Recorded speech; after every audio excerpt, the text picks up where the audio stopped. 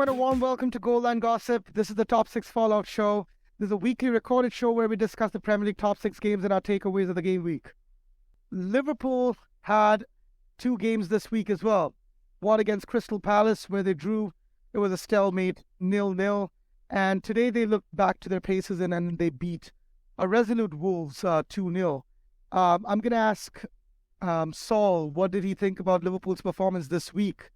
And does he think that the late season top 4 push is coming still?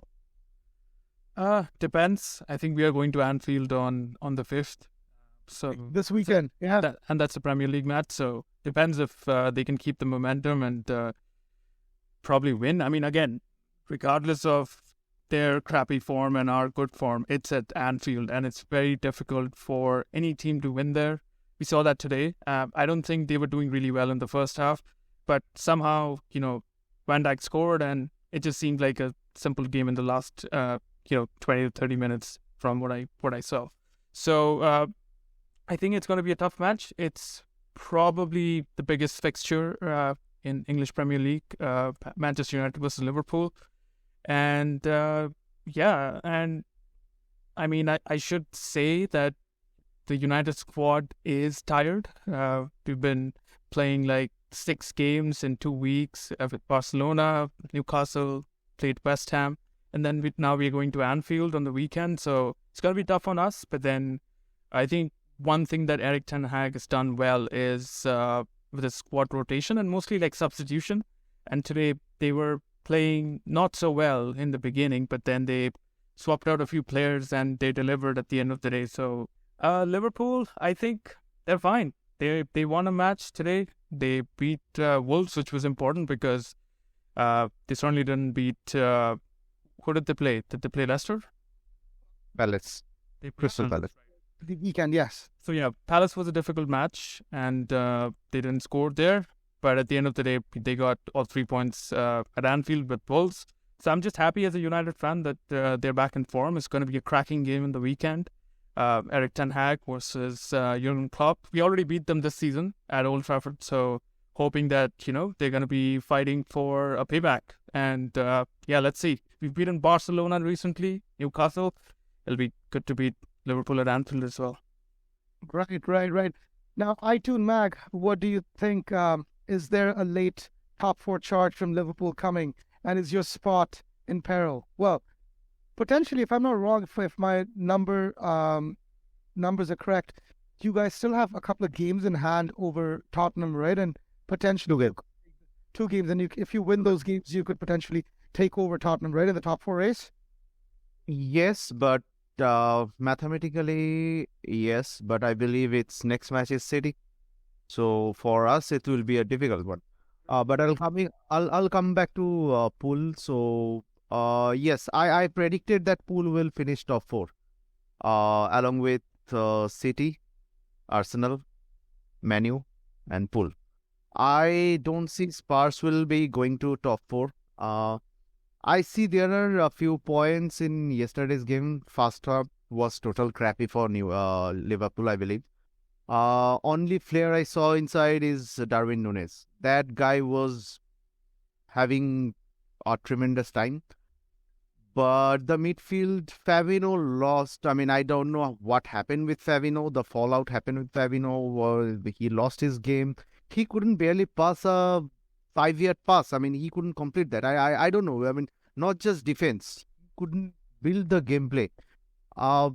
Elliott was good. But second half, anyway, they have scored. Yeah, at least he was better than Fabinho. I would believe he was better than Fabinho. He had his moments, but Fabinho was really... I am disappointed to see the way Fabinho playing this season. Anyway, but Pool, yeah, I predicted that Wolves, they will take up 3 points. They did, but not with a good performance. And I believe it will be difficult for them to stop that high-going Man United next match. It will be really difficult for them. Well, I agree to most of your things that you mentioned, but I will disagree, and I'll give my 2 cents about Liverpool and their 2 games this weekend and the midweek. Today I saw Darwin Núñez at his best, even though he did not get his goal. I get it. VAR, disallowed it, but there was in the first half he laid off a ball first time. I think it was a pass from Trent Alexander-Arnold, and he laid it off with his chest for Harvey Elliott. A better attacking midfielder scores that. And it was a tame shot from Elliott. And Elliott had more chances in the game, if I'm not wrong. I think Simica squared him once as well. Four chances. He had 4 clear chances. Right. And he did not even, convert one. And Darwin Núñez was so good. He was taking amazing runs. He was bringing other players in the game. And he was a handful for sure. He looks better for me at the front of the line, better than Gakpo, for sure. That's my opinion. Yeah. That's purely my opinion. But whether Liverpool will finish top 4 or not depends a lot on Luis Diaz coming back soon, in my opinion. Just because Jota has been out of the game for so long, he just does not seem like the old Diogo Jota. His running legs, I mean, he did have a terrific run, the one where the goal got disallowed, right? But he still doesn't seem like the same energetic Diogo Jota that we know. No. You've got to watch the second half yesterday. He was really good in that second half. No, he was, but I just think that Luis Diaz brings a separate dynamic to the game and a channel for you guys on the left-hand side, which Diogo Jota has kind of become like a second striker for you guys over the last season, whereas you don't have that natural width on the left-hand side without Luis Diaz. And I don't think Darwin Núñez and Cody Gakpo can do that job either.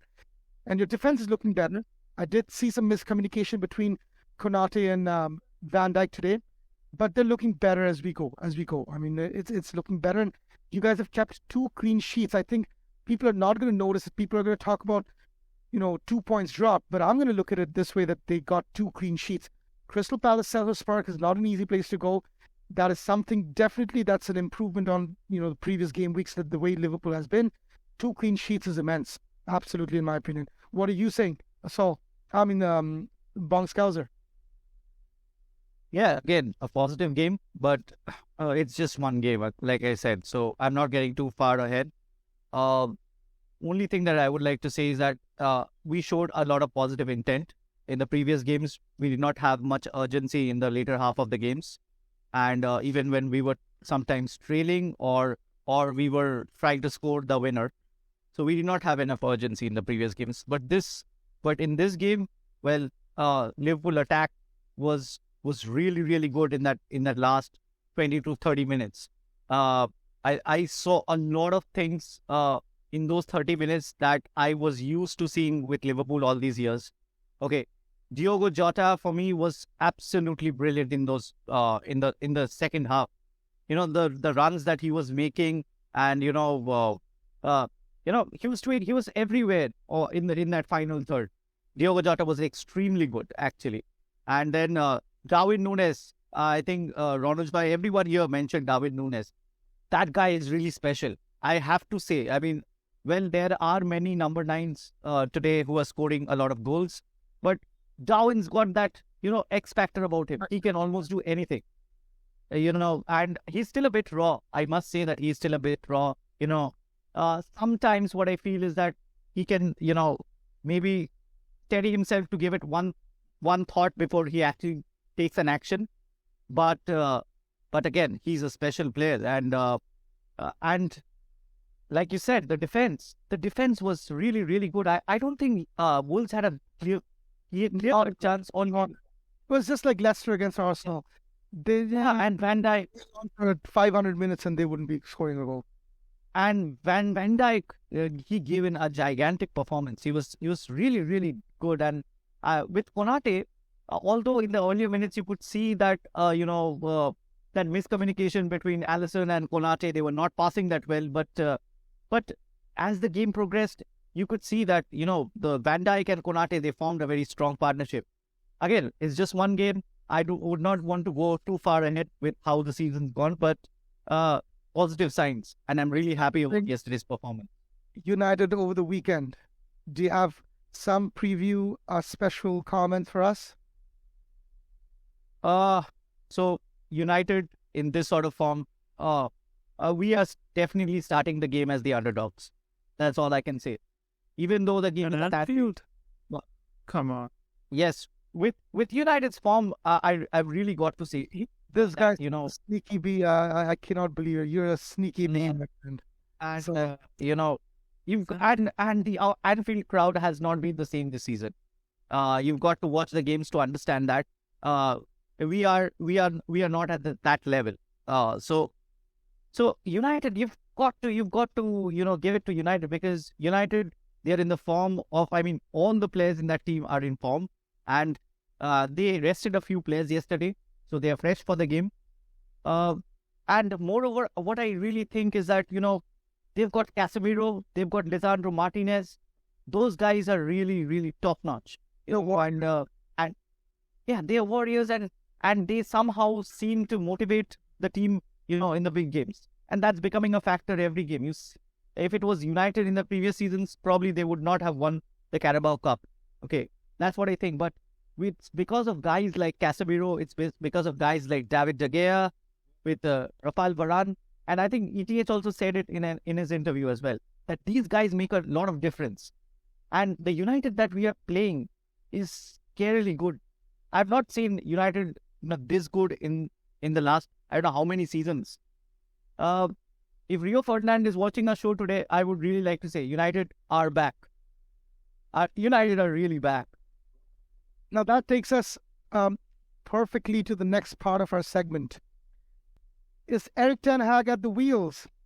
I'll start off with the Manchester United in-house fan, Saul. What are you saying? What do you mean then the wheel? Are you doing the whole Ole thing? It's not this. Well, yeah. Well, he was at the wheels. I'm saying I think it's finally, it's come to fruition where Ten Hag is at the wheel. Yeah, I think he's in control of the club.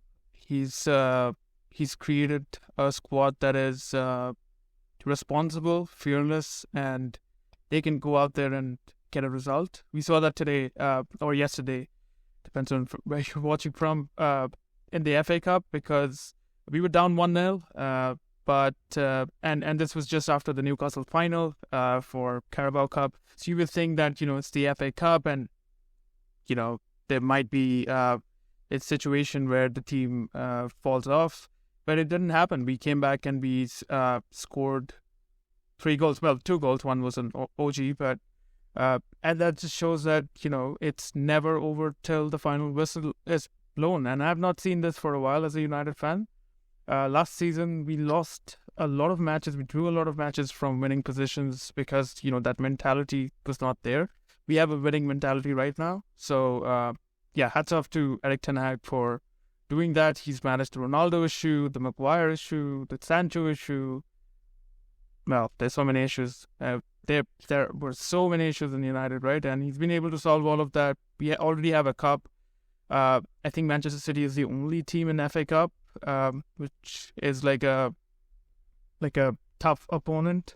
So again, like if we can win 2 cups, it's the way I look at United is the opposite of Arsenal. Arsenal will give everything up for the league title, and I think with United is like, I think it's unrealistic to go for the league title.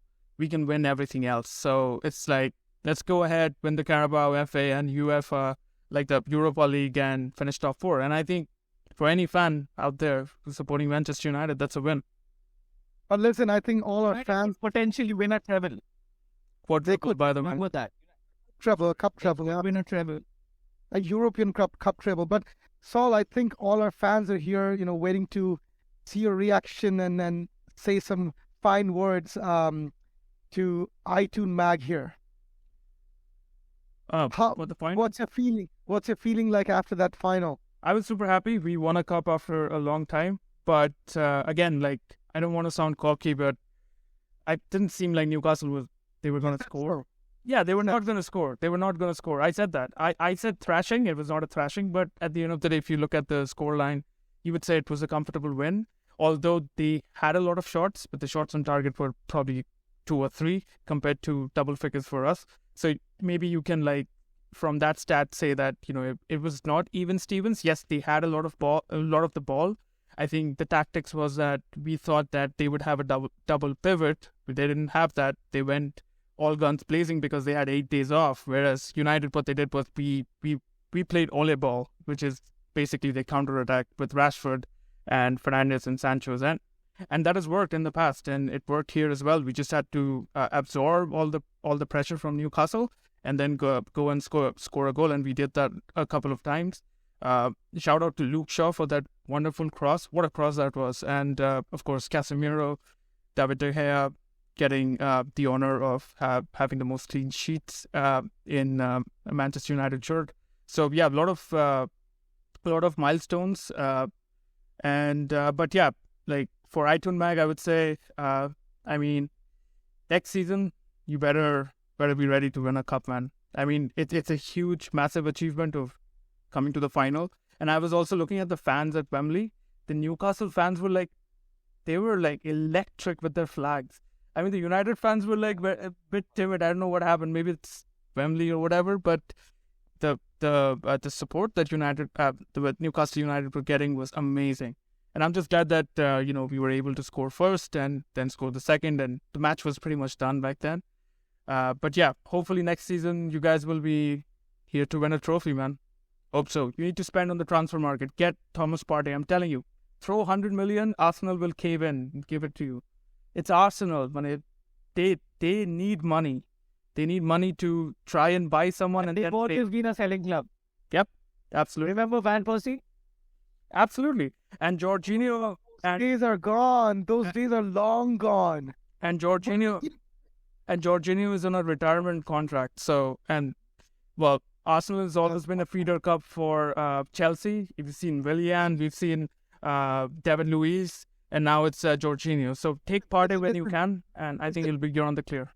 Here's the thing. For the past 3 seasons, we have been a buying club. We have taken care of all of our deadwood, whether it's the Socrateses or the David Luizes, all the players that we did not need in our squad, Bellerin's and... What is El Nani up to? Well, let me finish. Let me land. We replaced all those players with Aaron Ramsdale, Ben freaking White, Gabriel, William Saliba came back from his loan, Alexander Zinchenko, Gabriel Jesus. Is Holding still there? Holding? Listen, you're not going to take the piss out of me. You're not going to take the piss out of me. Just check. You're not. Just checking. But we kind of diverted. I'm going to take this conversation to Erik Ten Hag. What do you think went wrong on Sunday night at the Wembley? Well, before coming to that match, I would congratulate you, Sol. First season under Erik Ten Hag, and they just doing it the right way possible. See, now I'll first thing I'll say, are they under some substances, the Manu players? Are they having something? I mean, they've been playing tremendously week in, week over, probably 3 games in a week, and I don't see them exhausted. I mean, FIFA or FA should go for a dope test for Manu players. I mean, really amazing. Really amazing the way. Yes, of course it's a compliment. I mean, the way they are playing, it's amazing. It should be a learning curve for every other team that week in, week out, you are playing 3 games in a week and still you give everything. It's tremendous. See, stat will say that Newcastle have better possession, better shot, better chances, but that's the Erik Ten Hag policy. Luke Shaw is a tremendous player. I wanted Miguel Almiron to outplay Luke Shaw. I predicted that as well, but it didn't happen because Luke Shaw was a much better player. And the way that first goal came, that was a tremendous delivery out. I mean, we have seen in the Euro final as well, where Luke Shaw's cross came to who scored in the Euro final? Saka, is it? I don't remember who scored, but it was the same type of cross came from corner against Italy in Euro final. So the delivery was phenomenal. The finish was phenomenal. Beat any goalkeeper in the under the post, that would be a score. Beat anyone. Now, the second goal, I would say it was a bit lucky. It was a huge deflection for Sven Botman. Karius was predicted that ball would come in the middle, but it got in the Botman's leg and it went past. But, well, everyone predicted that Karius will be a fail, but Karius was the man of the match, actually, for that match. So, he was tremendous that game. Deflection. Do you know who's going to be taking the credit? This guy. Carry on. Sorry. Anyway, but so yeah, I mean, I would say the way Saul said that our fans were massive. I mean, at 89 minutes, we are conceding 2-0, 0-2, but still they are shouting the way we are winning. That was amazing. So I believe our owner already acknowledged what fans are doing. They are the real 12th man of the club. And for the fans, they will be doing. But yes, we need to splash cash. If not Partey, of course, we would love to have Partey in our team. If not Partey, we may go for other players. There are other players in market. Who knows? Tierney was a left back. Tierney was a left back. Yes. We would love to have him as well. So there are other players. For me, I would take two players from Italian league. Brozovic, one of them. Sandro Tonali, one of them. If either or one of them would come to Newcastle, I would love to have them in Newcastle. But Mr. Aitul Mag, I have a question for you. Yes. So, you have a striker first, similar to like Chelsea's been having over the years, right? So there's been Joe Linton, there's been Chris Wood, you have Callum Wilson and Isak. They've scored goals, but again, they are not the permanent solution, as you know. So do you think Newcastle are going to splash the cash yet again, spend 50, 60, 70 million again on a striker? Or what will be the solution? Will they find a solution in the academy? Or how is it going to be? See, Wilson currently is 31. Next season, he will be 32. So Wilson's days are almost going to over. Yes, maybe 1.5 season. What about Victor Osimhen? 120 million. Recall that. Yeah. I mean, our to Newcastle? yes, it could happen next season, and it will be a real money. There's money. Listen, we have the money. In Real Madrid have their interest. And We have the money. standard need a striker as well. So Come on, probably that Manchester Carabao United- Cup was your audition.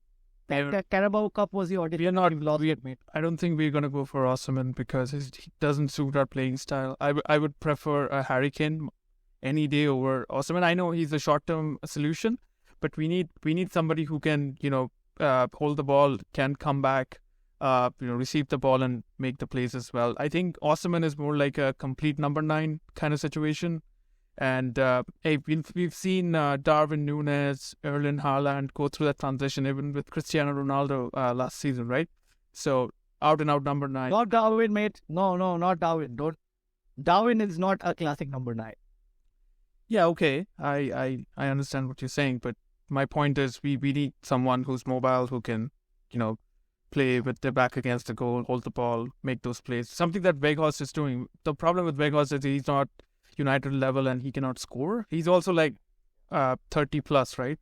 So if he would have been younger, I think he would have made a difference. But yeah, someone like that. But I would like Aitul Mag to answer this question before I want to do a quick review of the game that I saw. I'll talk about that number 10 position. We have an option as Madison. Maybe we need someone like Bruno Fernandes or someone like Odegaard, who will be making the game for number 9. Come on, Odegaard is playing nice. So if not Partey, we would love to have Odegaard as well. We're running out of time here. We got to still cover Tottenham and Chelsea. So my take on the game was United played to their strengths. They knew that they were not going to beat Newcastle United at the game of possession. They would not. I think Newcastle United was a better team. It's just that it was very unfortunate that they did not have a clinical striker, or they could not create enough chances, honestly. And I'm really surprised to see Callum Wilson playing this poorly, because if you look at the past 5-6 seasons, his numbers of minutes to goal ratio is similar to Harry Kane's and the other players, because he's mostly been injured, but whenever he plays, he usually scores. I don't know what's happened to him for the past 5-6 games. And why do you guys need a striker? You guys bought a striker for 72 million or something, right? Didn't you buy Alexander Isaac for 70 million odd, right? I don't think you guys need a striker. I think it's more about just going through a dip of form. And with Bruno Guimaraes, you guys looked way better And I was very convinced that you guys were going to win the game. I think United outplayed you. They're in a different zone right now, and they're better than you. Listen, they're better at you in being clinical. The chances that they got, they converted. Even though Rashford, that was a deflected goal, but the threat that they had, I'm sure the XGs are going to be, higher than Newcastle in the game. I got to check the statistics, but the actual XG would be higher for United, even though you guys control the possession.